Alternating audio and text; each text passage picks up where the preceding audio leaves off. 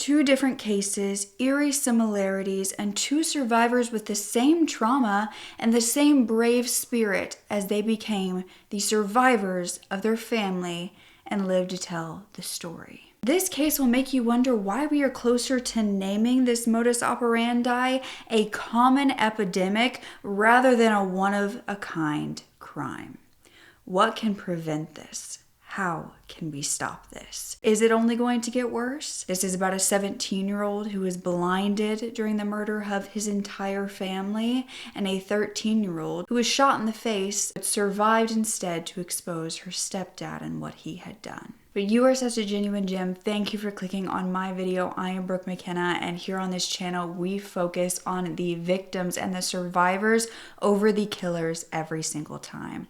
If you want to be a part of that community, please subscribe down below, give this video a thumbs up, and leave a comment either giving love to the survivors or for the victims' families, or giving me your opinions on the case. I am so grateful for the sponsors that allow me to continue to tell these stories, and today's is Surfshark VPN. Now, I work from coffee shops a lot, and I'm always worried about different information that I'm putting on the internet while on an open internet connection. It was actually on my to-do list this year to get a VPN to protect myself while online outside of the house and doing research and editing. So I chose Surfshark VPN for their uncrackable encryption that provides IP leak protection so no one knows where you are connecting from. It automatically connects to the fastest server possible and can run on unlimited devices on a single subscription, which I love. I can use it on my laptop and my phone at the same time. It even has a kill switch that disconnects from the internet if the VPN somehow drops the connection. But a big reason I chose Surfshark was that they are the first VPN to have servers in 100 different countries. I also love the fact that they do not keep your data no matter what. Not only can a VPN be used for safety, but it can also help with overcoming location-based price discrimination for things like travel purchases. And they also provide a bigger streaming content accessibility because you can access the content in different countries but not available where you currently live. They also have a web content blocker for parental controls if you have kids that are of that age. I don't know about you guys, but I feel 10 times safer now working from a public Wi-Fi, and that peace of mind is really invaluable. And Surfshark was kind enough to give you guys 4 extra months of a VPN. Go to surfshark.com/Brooke Mckenna and use my code Brooke Mckenna. That's surfshark.com/Brooke Mckenna and use my code Brooke Mckenna. Now let's get back to the story. So back on December 17th of 2024, police in the West Valley City, Utah were called to a family home for a welfare check. A relative had asked them to go and check on this family due to being unable to get a hold of them, even though they regularly were in contact with them usually. Now, the police got to this home, they began to look through the windows, they even spoke to some neighbors, and they were unable to find any signs of emergency or any signs that something had occurred there. So they didn't have probable cause to enter the residence and they had to leave at this point. But still not hearing from this family and realizing that the mom of the family did not show up for work, that is when this relative decided to head to their home themselves. When they arrived, they entered the garage and they would find a bloodied and wounded boy lying on the ground. Now, when the police arrived, they would find 4 more bodies at the crime scene. This was found to be the residence of 42-year-old Day Ray and his wife, 38-year-old Boo May. They had 4 children, 17-year-old Shay Ray, 11-year-old Bo Ray, 8-year-old daughter Christina Ree, and 2-year-old daughter Anaya May. The mother and her 2 daughters, the 8-year-old and the 2-year-old, were found upstairs in the bed, all deceased. The 11-year-old son was found in the downstairs living room with his father, and both were deceased. The 17-year-old son was found in the garage with a gunshot wound to his head, but he was the only one still breathing. While unconscious and unable to communicate, he was alive, and so he was rushed to the nearest hospital with what they believed to be a severe brain injury. Authorities believed that this shooting had occurred over the weekend and the family had not been found until that Tuesday. It was a miracle that the 17-year-old was still alive, if that was the case. It was believed that he had been shot and managed to make his way to the garage before falling unconscious and was not able to make it to help where it was assumed he was headed. But after obtaining a search warrant, authorities told the public that they did not believe that the suspect in this case was on the loose, but that basically the crime was an isolated incident. Once they were able to search, they said they would know a lot more. So when the warrant was finally obtained, the search was on for the murder weapon believed to be a gun, and there was a handgun located underneath the body of the father. Authorities were horrified to realize that he was likely the shooter who had turned the gun on himself at the end. It was theorized he had shot every member of his family before taking his own life. Neighbors had not heard any gunshots, and the family had no prior reports of domestic violence or disturbances. There weren't any calls to the police from that home. The family was found to have fled violence in Myanmar about 10 years prior, and they went on to live in a refugee camp in Thailand for a while before coming to the United States. Now, hundreds of refugees had actually gone to Utah, including this family, and they decided to settle there because they had some family who had already done so. They were said to only have the clothing on their backs when they arrived. The mother Bume began to teach herself English to be able to work and support her own family. She was said to be the sole provider. Her dream was to have this home that she could live comfortably in with her family, and she absolutely adored her children who had perfect attendance at school and were amazing English speakers thanks to that.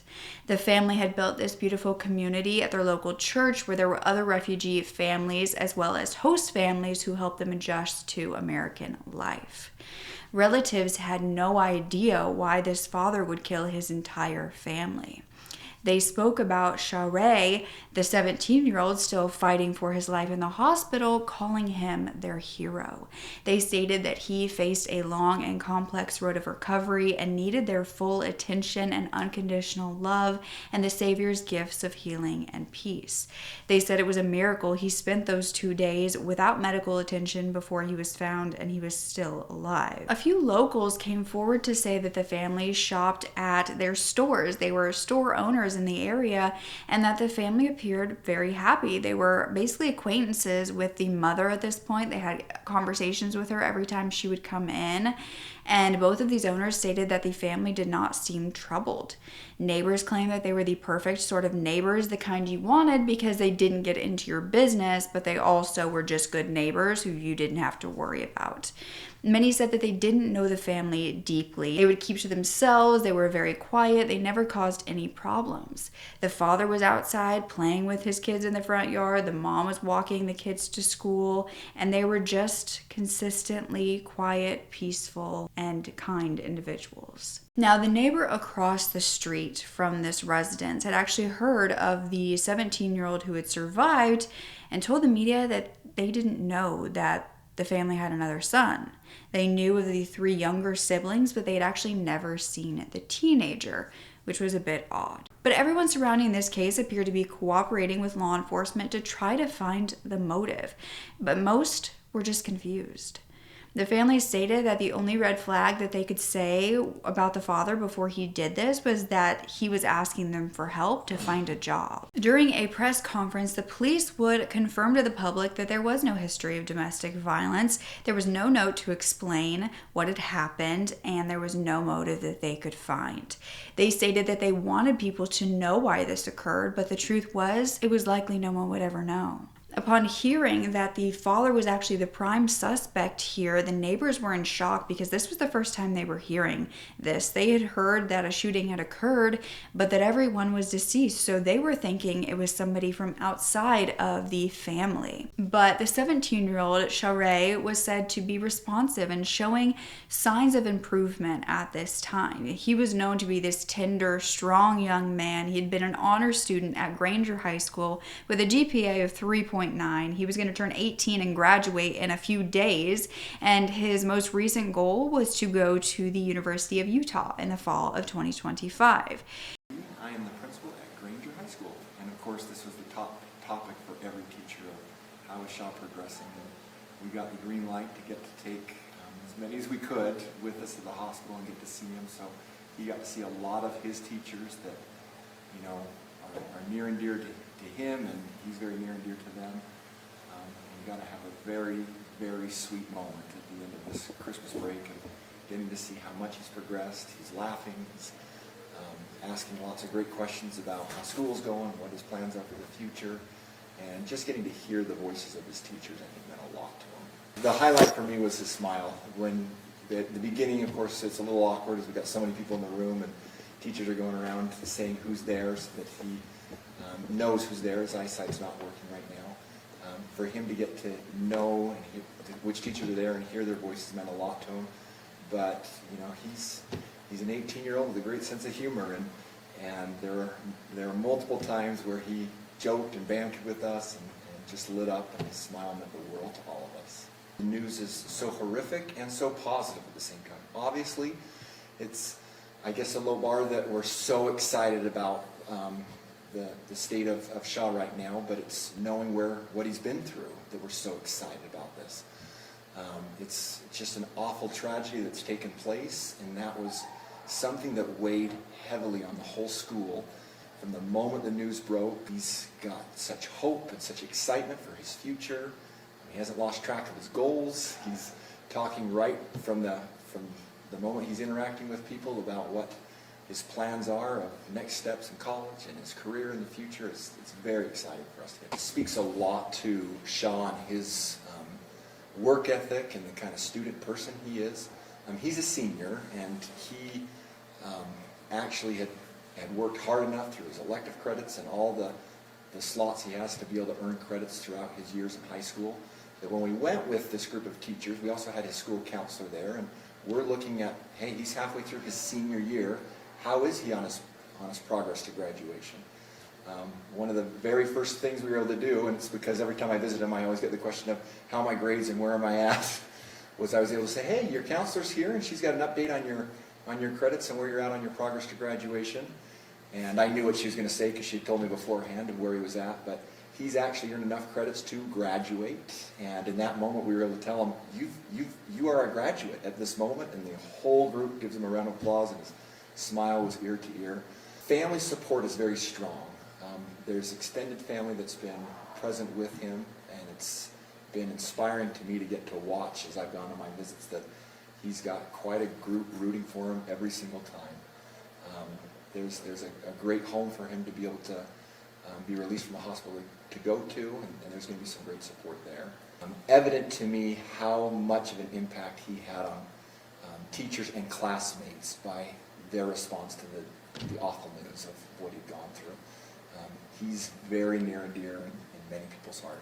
He was a miracle, and for the next 3 weeks, he progressed from the shock trauma unit to the regular hospital room, then to being in rehabilitation. It was said that he could not remember that night that he was shot, and that his short and long-term memory were struggling, but they were improving significantly since the first time that he had been hospitalized. Share was able to vocalize his emotions and his needs, and he was making what professionals were calling tremendous progress with his continued therapies. However, he had begun to experience what doctors were calling new vision loss. He was unable to see other than to discern when a room was light or dark on occasion. Due to him still recovering, doctors couldn't be certain when or if he would recover his vision. You see, Share had been informed that his family had all been killed, and he expressed great sadness for this, but thankfully he was not completely alone. His aunt, his uncle, and his cousins were by his side at the hospital, and they vowed to care for him while being in the hospital and after release. A GoFundMe was even set up for his medical needs, for schooling, and whatever else he might need for his new version of life so that he could actually live and thrive even while blind. It stated, "We are all better people because of Xiaorui." A few months later, an update was given on Xiaorui, who had been attending school for the deaf and the blind in Ogden. The update stated he was battling incredibly well with not only the struggles that accompanied losing his own family, but also being newly blind. But he was specifically struggling at this time with understanding that God allowed people to make choices, some bad and some good, and the fact that his father had made those decisions. He went on to graduate high school, and he actually got to walk up on the stage to get his diploma all by himself, which was a huge feat, and the crowd actually exploded as he did so. And crossed the graduation stage.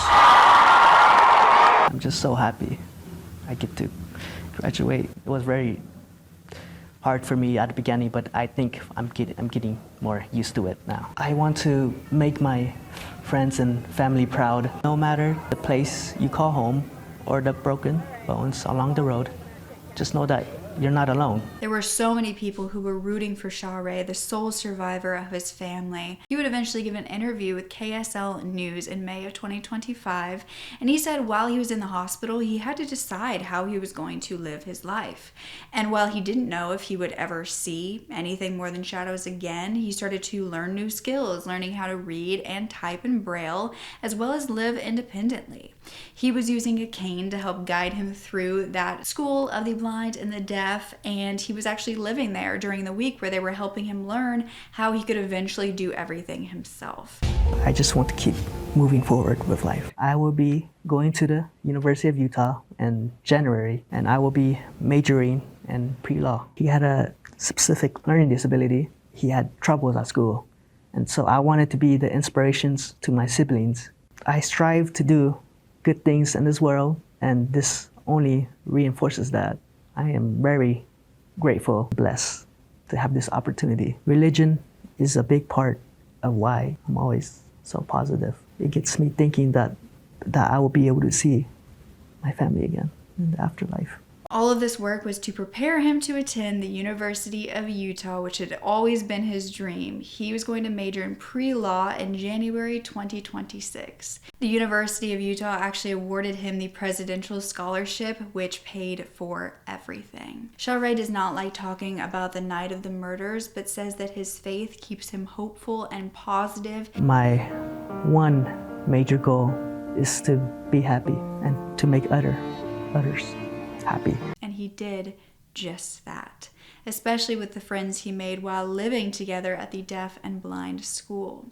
They called him the pillar of their group. He inspired them with his positivity, and he was the embodiment of what a good friend should be, and they all loved him for it. In January of 2026, he became a student at the University of Utah. He was living on his own. He was excited to work towards law school. He was a survivor, an inspiration, and a big, big light. He was more than the crime that occurred to him. But on January 11th of 2026, he would pass away unexpectedly at the home of his aunt and his uncle. It was determined to be of natural causes, and he passed away in his sleep. Thankfully, it appeared to be a painless death, but it's unknown why he was taken so soon. His former high school principal stated that Xiaorui had so much to offer this world, and that there was no one better to teach endurance, empathy, and forgiveness. This survivor is one to be remembered, and as heartbreaking as his death is, many have found solace in the fact that Xiaorui is being reunited with his family, which is all he had ever hoped for. After I heard the news of his passing, I really wanted to make sure that his story continues to be told even after he is long gone, because what he had gone through and how he turned it into a positive is absolutely inspirational, and so many of us can learn from his resilience. But while diving into this case, an eerily similar case emerged, and this occurred on December 22nd of 2025, when another teen was shot in the face by her family and also survived. This time, this survivor would name her mother's killer and state exactly what happened that night. She remembered. Crystal Rohr was the type of woman who worked hard at everything she did. She had her first at the age of 25, and she was a single mother of a daughter and a son who were only about a year apart.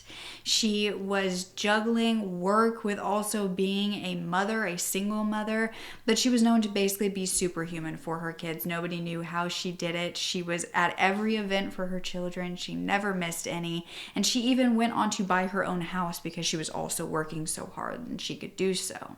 She loved Jesus. She raised her kids in the church, and in 2013 she actually met a man at church, and the two began dating. They hit it off, and they would date for a full year before Crystal actually allowed him to meet her kids. That's how protective Crystal was about her children. She was not messing around. She was not going to invite someone in that she did not feel comfortable with. Crystal's sister Stephanie would say that she had this happy glow about her, and she hadn't seen Crystal this happy in a long time. And then on November 4th of 2023, Crystal married Jason Kinney, and shortly after, she became pregnant with her third child, her first with Jason.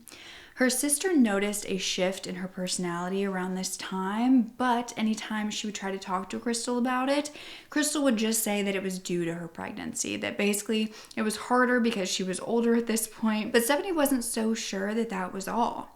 She didn't know how to feel about Jason, and her sister's original glow with him was gone.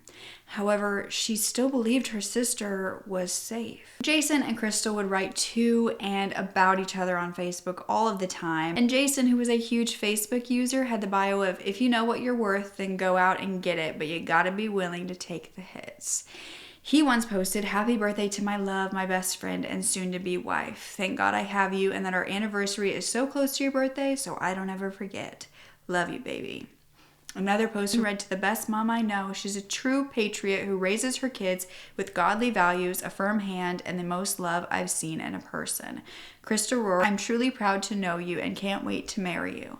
Happy Mother's Day." By 2025, 38-year-old Crystal had her third child, who was another girl. Her oldest daughter was 13 at the time, and her middle child, her son, was 12.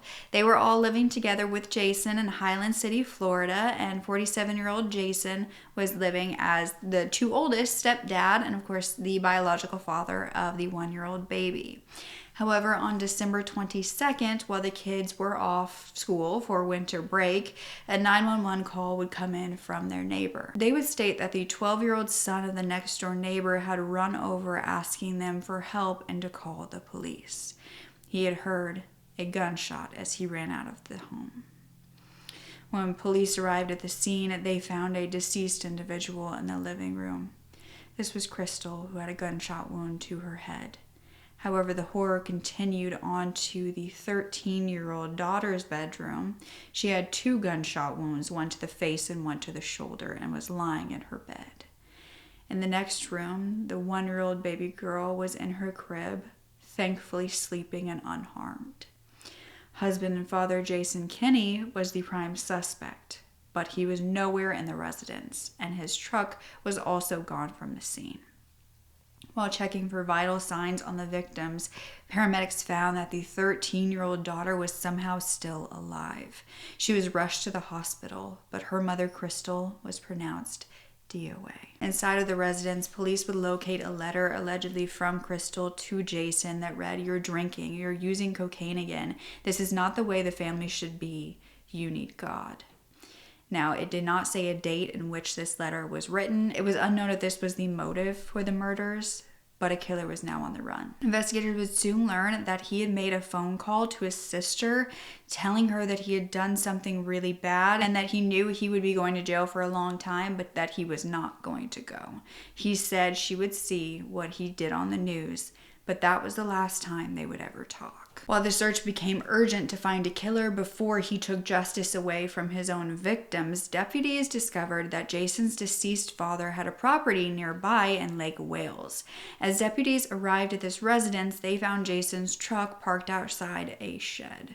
They had him surrounded, and they were calling for him to come outside, and that is when they heard a single gunshot. While knowing what this likely meant, they entered the shed with caution, finding Jason Kinney deceased inside from a self-inflicted gunshot wound to the head. While there was no longer a danger to the surviving members of Jason's family, justice had been taken from them. The 13-year-old unnamed daughter was recovering well in the hospital. Doctors had determined that the gunshot wound to her head, which would have killed her in most cases, actually struck her nose and ricocheted through the top of her head. She had survived this. It was described as a Christmas miracle because her stepdad had shot her twice, intending to kill her. Not only was she showing strength in her recovery, but also in her determination to tell the family's story that night. She immediately began to talk to the police, explaining that all of this occurred over an argument about Monday Night Football. Jason had been drinking that evening, and he was out in his shed. He was watching his favorite team, the San Francisco 49ers, play the Indianapolis Colts. He was in the shed out back, drinking away. They were winning that night, and around 11 p.m., he came inside the home and insisted that they continued watching the football game inside. Now, Crystal was suggesting that they watch something else instead of football on the TV because she didn't want to watch football. That's when the argument got heated, and Crystal was afraid enough that she immediately sent the 12-year-old boy, who was allegedly in the room at the time, over to the neighbors to get help.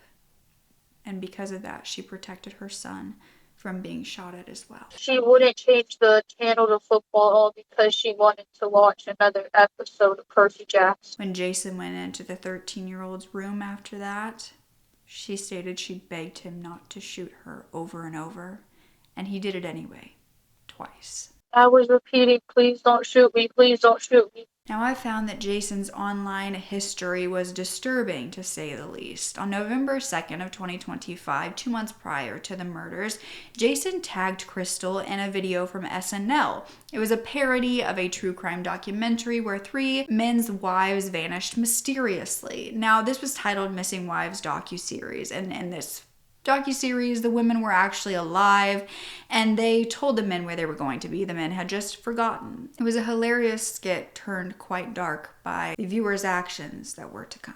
Then on December 15th of 2025, 5 days prior to the murders, Jason reposted a story where a man was declared a hero for dismantling a beach gunman. He captioned it, "The police did nothing for almost 20 minutes while bullets laid waste to so many people, praying for them." But the most disturbing of all was a video that Jason had reposted on December 22nd at 1:54 p.m. from an account called Real Faith. This was 9 hours prior to the murder. And Jason tagged Crystal in this video that had the caption, "Satan wants your wife. I will always tell men that if they don't lead their family, Satan will. Someone is going to be in charge, and if you don't act in your God-given domination, someone will take it." Less than a day later, he murdered his wife. If you don't believe that Satan wants your marriage, you don't believe the storyline of the Bible. Could Satan have shown up when Adam was still single? He could have, but he didn't. Satan doesn't even show up until Adam is married. And I always like to say, after the wedding comes the war. I hear single guys all the time like, man, I'm really in a spiritual battle. I can't wait till I get married and the battle's over. That's first and second nonsense. Right now, you're in a Nerf gun fight. How many of you, your spiritual warfare, your demonic attack didn't even really ramp up until you got married? Satan hates love, he hates covenant, he hates marriage. And so he attacks those things with vigor. Many wondered if some sort of psychosis occurred, if religion had something to do with this video had something to do with it. But a press conference was held by Sheriff Grady Judd. Now the sheriff we actually know well on this channel, specifically for the murder of Catherine Griffin, due to her 15-year-old son, Colin. Hello, everyone. Thank you for being with me today. I've got 2 items that we're going to go over. The first one that I want to talk about is a murder, a cold-blooded murder of a 39-year-old mother by her 17-year-old son. Sheriff Judd has showed an incredible amount of compassion for victims while being stern and appalled by the actions of the accused in both cases now.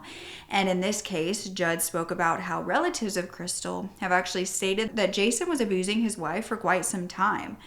But due to the fact that there was no domestic violence calls found regarding this couple and Jason had no criminal history, it couldn't necessarily be confirmed. Anytime you report on a murder, it's a sad situation. It is hugely sad when it's around Christmas. And what I'm about to describe to you is even 10 times that worse. It started last night in Highland City. Jason Kinney, who's 47, sometime toward the end of the game, an argument began when Crystal suggested they watch something else on television. Deputies arrive in less than 5 minutes of the call for service. As the investigations unfolded during the night, this is things that are never supposed to happen. And certainly we are all very, very happy that our little 13-year-old girl, from every indication, going to survive and thrive.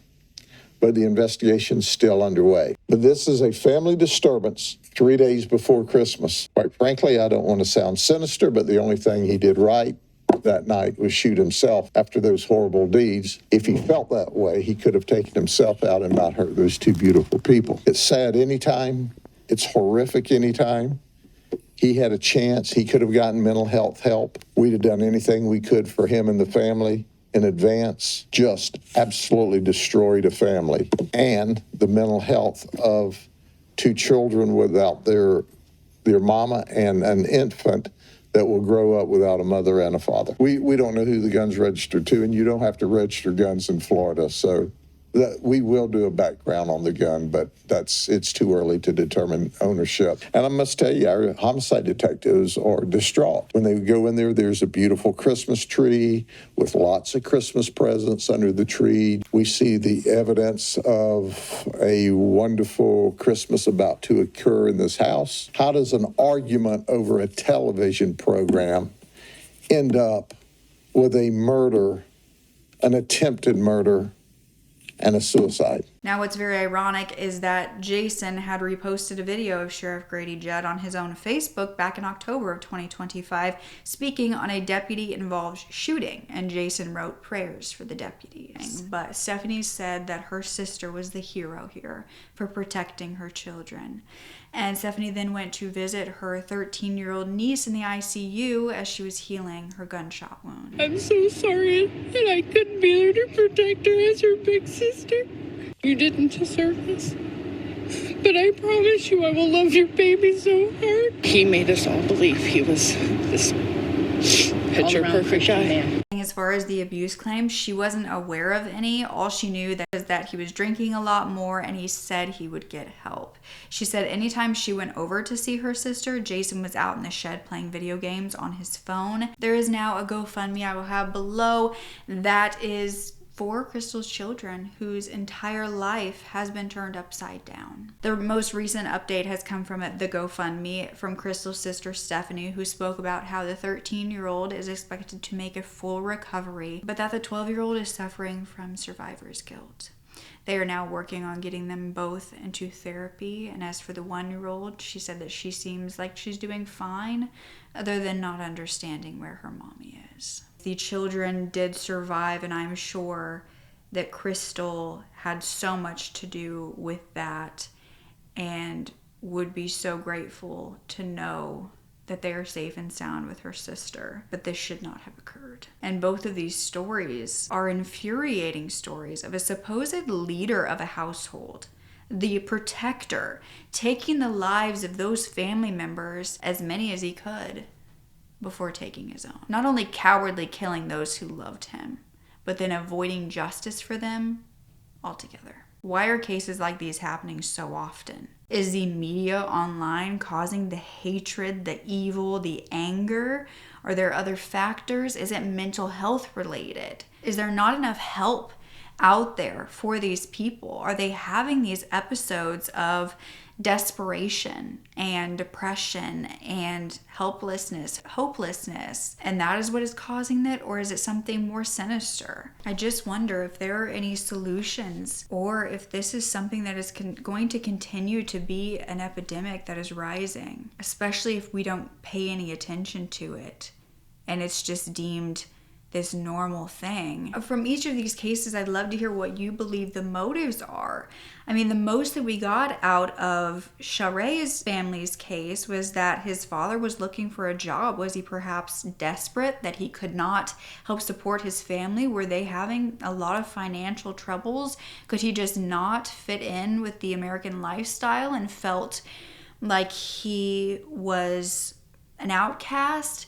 But in all of those cases, why take your entire family? The children especially, they all were doing wonderful in America. They were learning English. Their mom had put in all of this effort to not only teach them, but to get them into good schools, to work her butt off for good jobs. Why did he destroy all of that? And in the other case, why would a Monday night football game lead to so much anger that he could kill the woman that he supposedly loves, the woman he married, and then go after her children? I do think it says a lot that that baby was unharmed. While I was extremely grateful to hear that, and I wouldn't have wanted it any other way, it does make you wonder if perhaps he did not feel as though the children who were his stepchildren, who he vowed to take care of, were his own. And that's why he was willing to shoot at the 13-year-old, and perhaps his plan was to shoot at the 12-year-old as well if he had been there. Do you think that these were both spur of the moment crimes of passion that are occurring, or do you think they were premeditated? It does appear like it is sudden. It is an anger that gets out of hand. What is causing this anger? How can we change this so this is not the narrative that continues? What is it going to take to make men realize that their anger can be deadly? If you are feeling like violence is the answer, whether that is to yourself or to other people, please seek help. That is not normal. You are going to cause unspeakable damage that you cannot take back. So please seek help before. But this is about the survivors. And Share, a beautiful soul who was taken too soon after surviving, I hope that he has a lasting impact on all of you. And while I don't want to expose the 13-year-old's name, I do hope that she sees the love and support, and that she knows that we're all thinking of her. I can't imagine how it feels to beg a person to not harm you and to have them do it anyway. We rarely get cases where there are survivors to speak on, but I would have rather these cases have never occurred. Thank you so much for listening. I will have that survivor playlist down below in case you also need a few more inspirational stories to brighten up your day in the midst of all the other true crime content. But don't forget to speak up. Your voice is powerful enough, and I love you to absolute pieces. Okay. Bye.